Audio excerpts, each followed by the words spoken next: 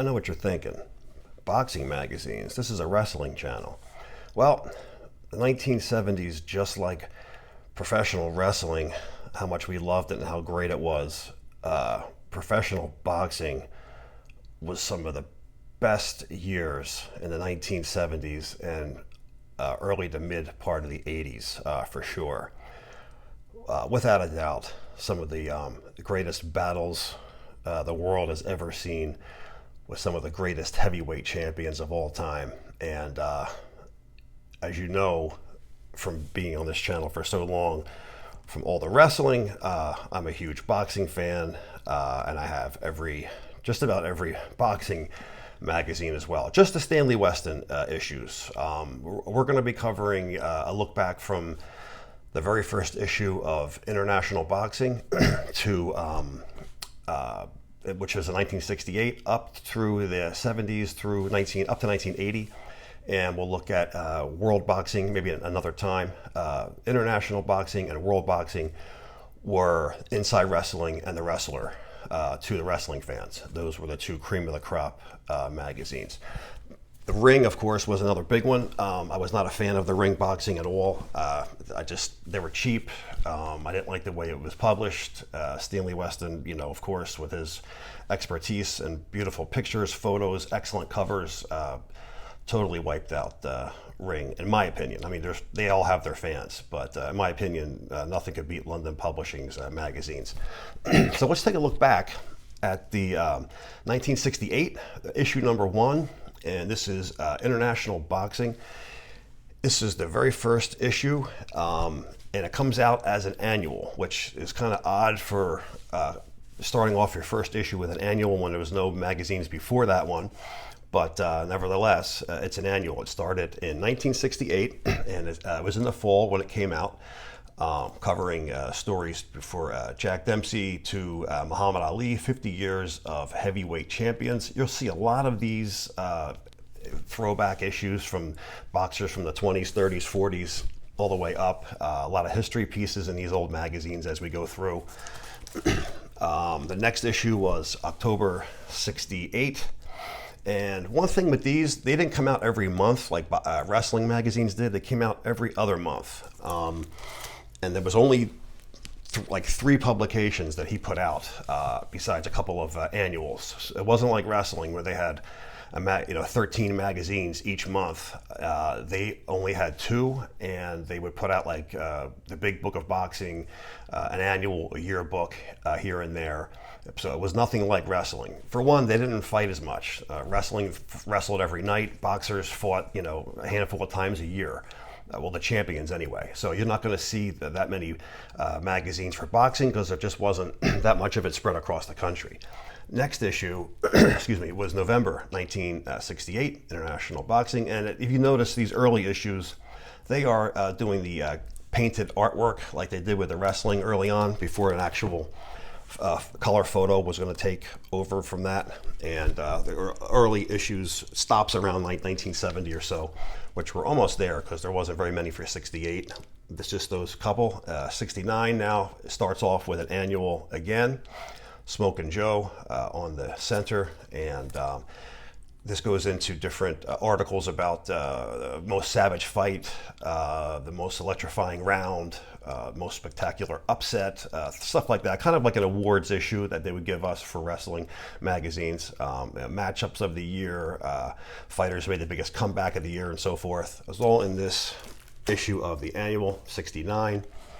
And International Boxing, January 1969 would be its kickoff issue.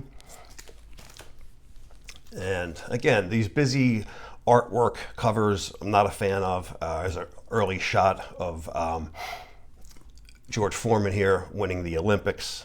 A small corner shot here, which soon to be world champion just a couple years down the line. International Boxing, May of 69. Again, pretty busy cover, not much really popping out at you. Sonny Liston at the bottom, former world champ at this point. And, I should say, by the way, the first couple issues up until now, They weren't owned by Stanley Weston. Stanley Weston, this is his first issue for International Boxing. He would take over the magazine just after a handful of issues, and from here on, you'll start to see the quality getting a lot better once Stanley got a hold of it. Stanley's first issue was a Jack Dempsey special issue. Pretty much the entire magazine is dedicated to Dempsey, former world champion, and it says 50 years of a champion, 1919 to 1969, covering all the way from Dempsey to Smokin' Joe. Another style change to the front cover, again, not really liking this style either, in October 1969. These are all in order, all the way complete from the beginning to up to 1980. So if you're following in order and you're looking to collect these, each issue is in order by month. If I don't happen to say that month, if I skip saying it, December 69, International Boxing. It's written real small up top. This is a Rocky Marciano memorial issue. And great cover. Finally now getting a one solid piece. Smokin' Joe, the world champion, sitting in this corner, looking on, getting ready to come out for the next round. Smokin' Joe was my favorite wrestler as a kid. I was brought up in, I started out in Smokin' Joe Frazier's affiliate school in the youth program when I was 8. And so therefore I was always favorite towards Joe. I was not an Ali fan whatsoever. I hated Ali. Didn't like him, didn't like anything about him, his attitude, his personality. I didn't like the way he insulted people. I didn't like how cocky he was. Fantastic boxer. Yeah, okay, I give him that. Great chin, yeah, great chin. He could move really well. Loved his footwork. Just didn't really care for him. Just not my favorite. I was a Smokin' Joe guy. And I love that cover. And just looking back at that face, talk about the eye of the tiger, right? Just look at them eyes, man. Just a mean savage ready to come out of that corner swinging. And he put him down like none other. Irish Jerry Quarry on the cover, another banger from late 60s, early 70s. He would fight for the title a few times, have some good bouts with Ali, have a couple of good bouts with Smokin' Joe as well, but never really quite got to world-class championship level. 71 now. I'm sorry, so I was talking too much. This was a fall of 1970. And we're in 71. I'm just trying to look here. Wow, I only have that one for am I out of order here? Hold on, no. There may have been just that one issue for 1970, and I'm surprised. I thought there was more. I know World Boxing has a bunch of 70s. Not a bunch, maybe 4, but that could have been it for 1970, because even in the wrestling magazines, 1970, there was only like 4 issues, or 71 between that time period. They did like 4 issues one year and like 6 in Inside Wrestling and The Wrestler. So yeah, if that's all that's here, I have them all complete, so there is no other 70s. Wow. 1971 annual. This is another, like I said, there's a bunch of these like throwback heavyweight champion issues. So this is another one from Dempsey to Ali and Frazier. 200 rare photos inside of the world champion. This is the rings belt. You'll see that was the very first belt given to Dempsey when he was the world champ, and that same belt style still is given out today as the rings heavyweight championship belt. Before there was the WBC and all that. It was the rings belt was the most notorious, and the WBA, of course, being the oldest. Irish Jerry Quarry taking on Muhammad Ali. Great looking cover here in February 1971. International Boxing, Ali, Cassius Clay taking on Joe Frazier, talking about the battle of the century. 2 men facing off. Former champion Clay wants his title back. Dodging the draft, stripped of the title, serving some time, back into the game and wanting his belt back, and talking all kinds of shit to Smokin' Joe, which turned a lot of people off his mouth, Ali. But he talked people into the arena. He drew money. That's the name of the game, talking people in. He talked like a professional wrestler, and it worked. And love him or hate him, people would come to see him get beat, or people would come see him win. And he had that gift of gab for getting people into the arenas, that's for sure. throwback issue, not issue, but fighter, Sugar Ray Robinson, stepping into the ring at 50 years old, August of 1971. And man, Sugar Ray's face, he looks like an 80-year-old man here with the wrinkles. He's been through some wars. I look at myself at 53, and I'm thinking I'm looking pretty good compared to this guy's face, but this guy has been through World War I through 9 in the ring, and justifiably so.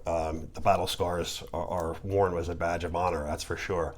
And he's just doing a couple of round demonstration here back into the ring, and looking good. Still built really well, still put together very tight and lean. I got 2 issues of that. Boxing, International Boxing, Joe Louis, issue 28 full pages and illustrations of the legend in November of 1971. And the matchup, Ali-Frazier for the world title. Ali would go down. First time, I believe, he was put on his ass. Be that as it may, it was short, jumped right up. Give him a hell of a lot of credit for that. Not too many guys are going to get up from where Joe left, and Ali did. This looks like he's moving forward and coming in. He's actually on his way down in this picture here, actually. This is January 1972. From their first fight, they would have, of course, 3 super fights throughout the decade of the 70s, and this would be the first one, and Smokin' Joe would come out on top and retain his title. Ali would be back another day. The Rock, original Rock, Rocky Marciano, March of 1972. Of course, Rock is far retired at this point, 1972. Just a throwback cover to put him on. Floyd Patterson, former world champion. I believe he was the youngest world champion at the time when Floyd won the championship. Trained by the legendary Customato. Of course, Customato trained Tyson at the Catskills boxing gym. And just a throwback. Actually, not a throwback. He wants another title shot. I don't think it'll ever happen. In 1972, especially in May, Floyd Patterson on the cover. Hell of a boxer in his day. 2-time world champ. Irish Jerry Quarry taking on Muhammad Ali. Once again, July 72, International Boxing. Great looking cover here. It's just a great shot. Ali sticking the jab out in the face, and just a great shot encapsulated on that cover. International Boxing.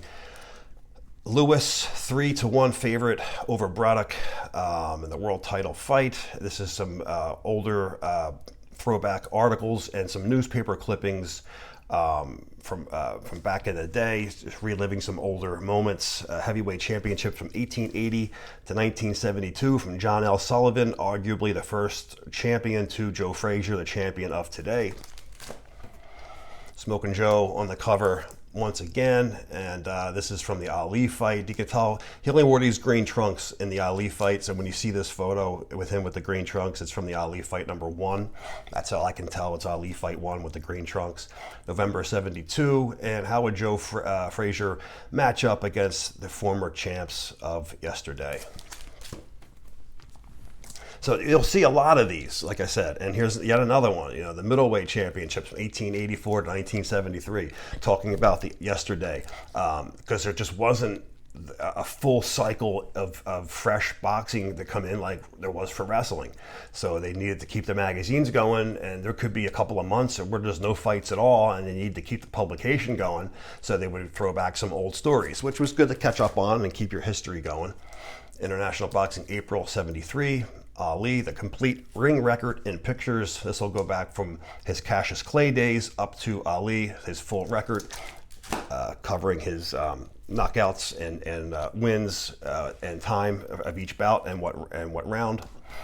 Here is now your first formal look at George Foreman on the cover, taking on Jerry Quarry, and June of 1973, and who on his way to a title shot. If you didn't already get it by this point, it's close. The magazines are so lagged, and being staggered, he could have took the title around this time. I'm not sure. He would end up beating Frazier for the belt, and then Ali would take it from him. But the magazines don't document it very much like they did for the wrestling. So that he jumped around a little bit. I don't even believe they mentioned the Spinks Championship at all during the international magazines. I think they're in the world issues. Hell of a fight. Norton comes out of nowhere and throws a whooping on Muhammad Ali and shocks everybody. And you ask me, I think Norton beat him 3 times. I mean, yeah, the first one he did. The second one, okay, it was close. Ali could take that one. The third one, sorry, Ali didn't win the third one. There's no way. Half a million people think of it that way also. I didn't see it. Norton was a hell of a sleeper coming in, and no one knew what to expect, and he took it to him. And if you think Norton lost Ali Norton 3, sorry, I don't think so. October 73, International Boxing, Ali again on the cover. Once again, December 73, $1 million training camp. Ali and Frazier, fight of the century 2. We're talking about their second matchup, taking on Smokin' Joe. He would get his revenge in the second meeting between the two, February 1974. April 74, Irish Jerry wants to take on Shavers, Foreman, and Smokin' Joe. I don't think you want those challenges there, Jerry.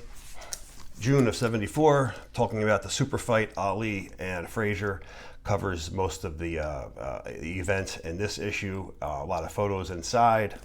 Like I said, Ali would take the second.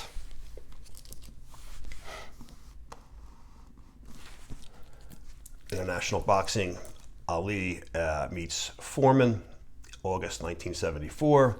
Foreman would be the world champion. Foreman would beat Smokin' Joe, and Ali would come in and take the title from Foreman. So that's how Ali got his title back again.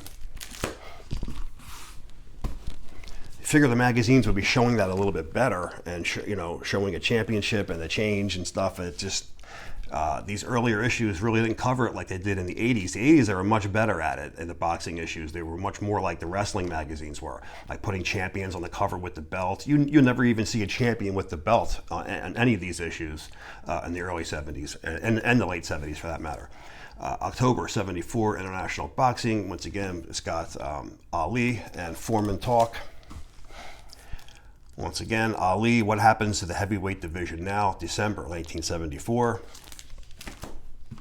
Smokin' Joe back on one of his last covers that he would be featured full on the cover by himself.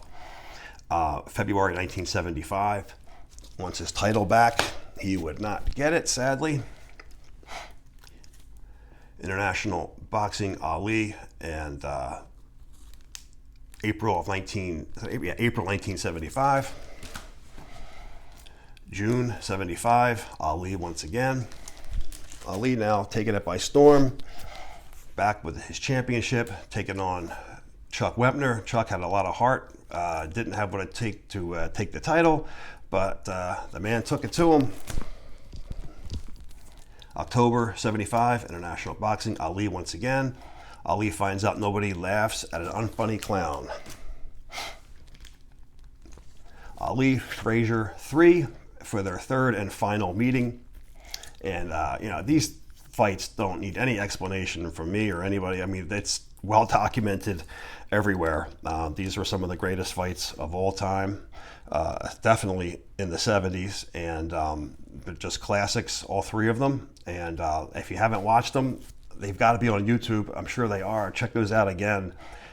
There was great stuff, and back then everything was free on TV. Everybody talked about boxing. I remember our school teachers talking about it. Who do you got in a fight? Because you hear your parents or your uncles or your mother and aunts and uncles all talking about the big fights. Everybody got together to watch on those Sundays or Saturdays or whatever the fights were, and it was just big talk, and everyone was excited for it, and everyone talked about it for weeks for the build up, and it was just a great time in boxing. Anymore, you don't even hear the name boxing mentioned anymore, and it's really sad. The 70s, without a doubt, I mean, super miss those time and the time period. For not only, like I said, for the wrestling fans, but the boxing fans. It's just a shame what we have today. Absolutely nothing going on. Takes another cover in February 1976, Super Fight 3.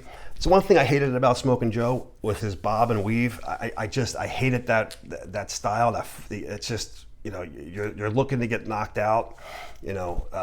Ali had great footwork. He would stick and move, bob and weave, run around the outside.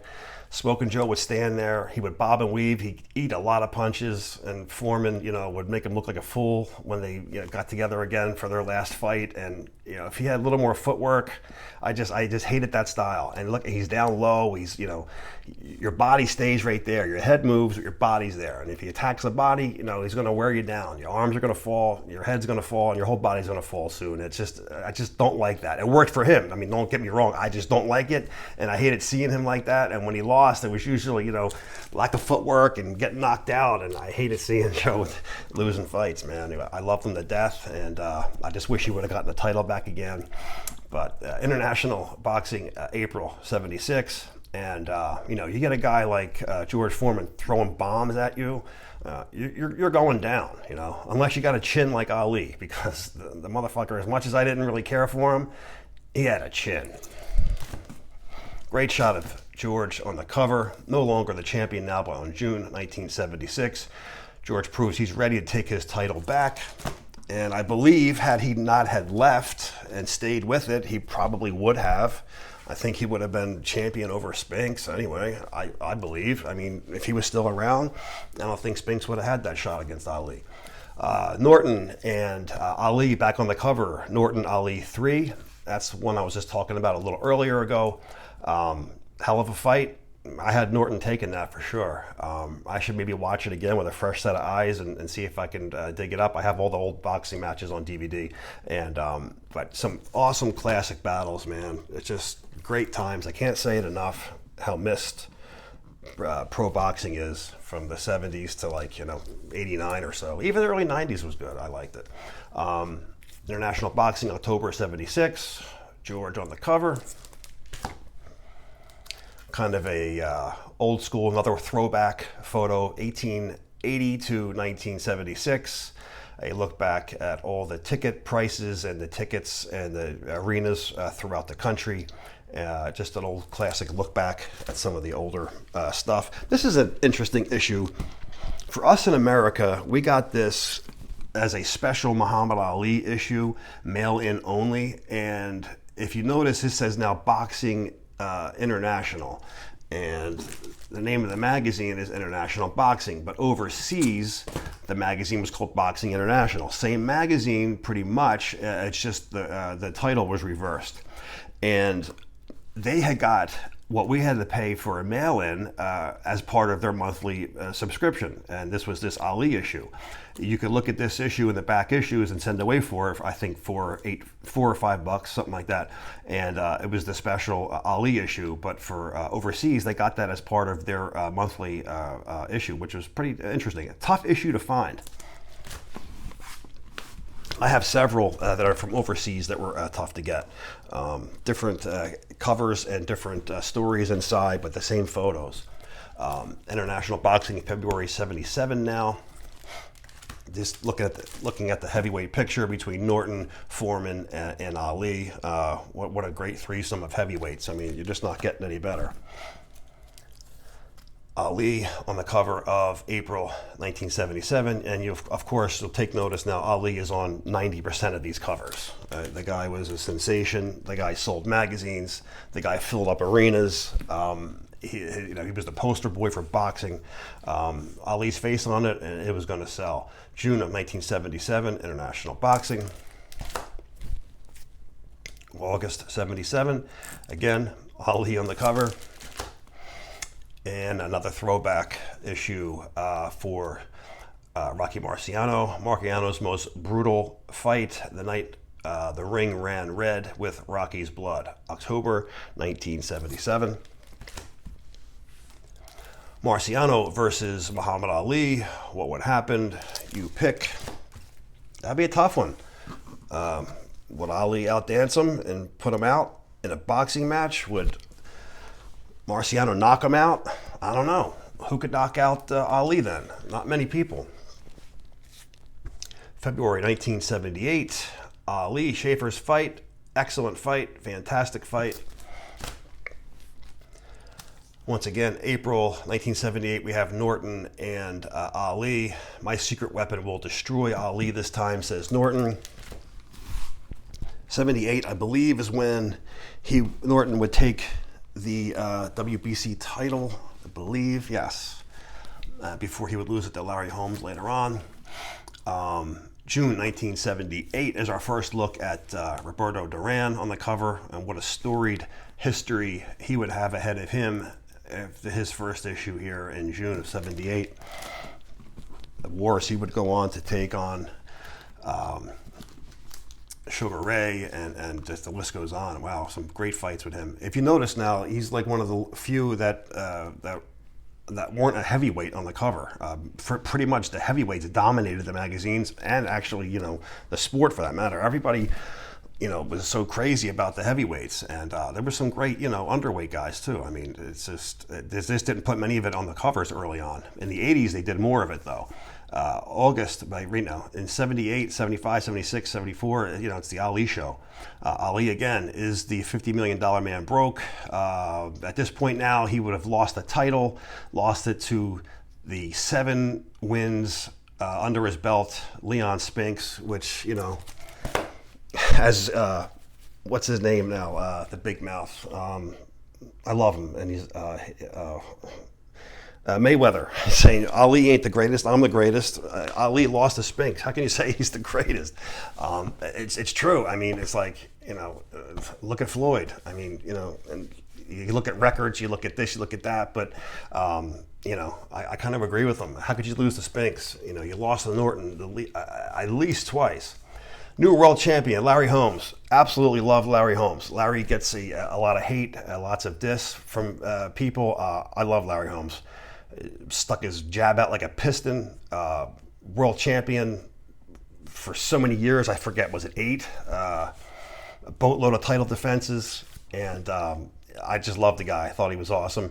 I knew he didn't have a shot against Tyson when he came back, but totally loved Larry as the world champion. And here is your first look at Larry as world champion. Too bad he's not with his belt.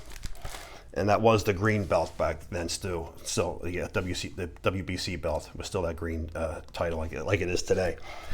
December 78, Ali still selling magazines. He will make a comeback, of course, but not a very long one. Why Ali may never fight again. February 1979, he will fight again. Mike Rossman. I believe it was the light heavyweight. I don't think it was middleweight champion. This guy was my across the street neighbor. What a fucking kook, man. Just a wild dude. When I first got married, the woman across the street, but we knew Mike from around because he was always hanging around South Jersey, and he was cool with people, and he was always in and out of Atlantic City and South Philly and blah, blah, blah. And I'm living in South Jersey at the time, and I first got married before I came back up to New York with my wife, and I got a house, and the house across the street was a single mom with a couple of kids, and I guess after a year, she said, yeah, I'm dating this new guy. He's a great guy. He's a little crazy, And so I'm like, you're Mike Rossman. Like, of course I know who the fuck you are. Is living across the street. What a nut job. It's just the stories I could tell you about this guy. Great guy. I mean, funny guy, crack you up. party animal. I don't want to, say anything, but good dude. Funny. Some of the funnier things I could think of is she had two small kids, and I lived in a city, so there was like no yard. You had like a little patch of grass in the front of your house, and she could like cut it with like scissors. That's how much lawn you had, and they had a little kiddie pool out there, like a 4-foot round kiddie pool. And he's, I don't know, what is he, like 6'1", 215, whatever, he's 220. He would jump in the kiddie pool with his legs hanging over the top of it, his arms hanging out the back of it. The kids are screaming and crying. They want to get in. Shut up, get out of here. And he's sitting there with his beer. Oh, dude, it's just, if you could just see him drive by, because it's a city street, and see him sitting there in that little pool, he looks so ridiculous. But that was him, dude. Just a funny dude. Former world champ. And I honestly, for the life of me, I can't remember with the weight class. I can't believe it. It wasn't. I don't think it was middleweight. I think it was like light something or other. Very short reign as champion. I think he had one defense, which was here, and then he lost it right back to the champion before. But hometown legend and a kook. International boxing, June 1979. Muhammad Ali.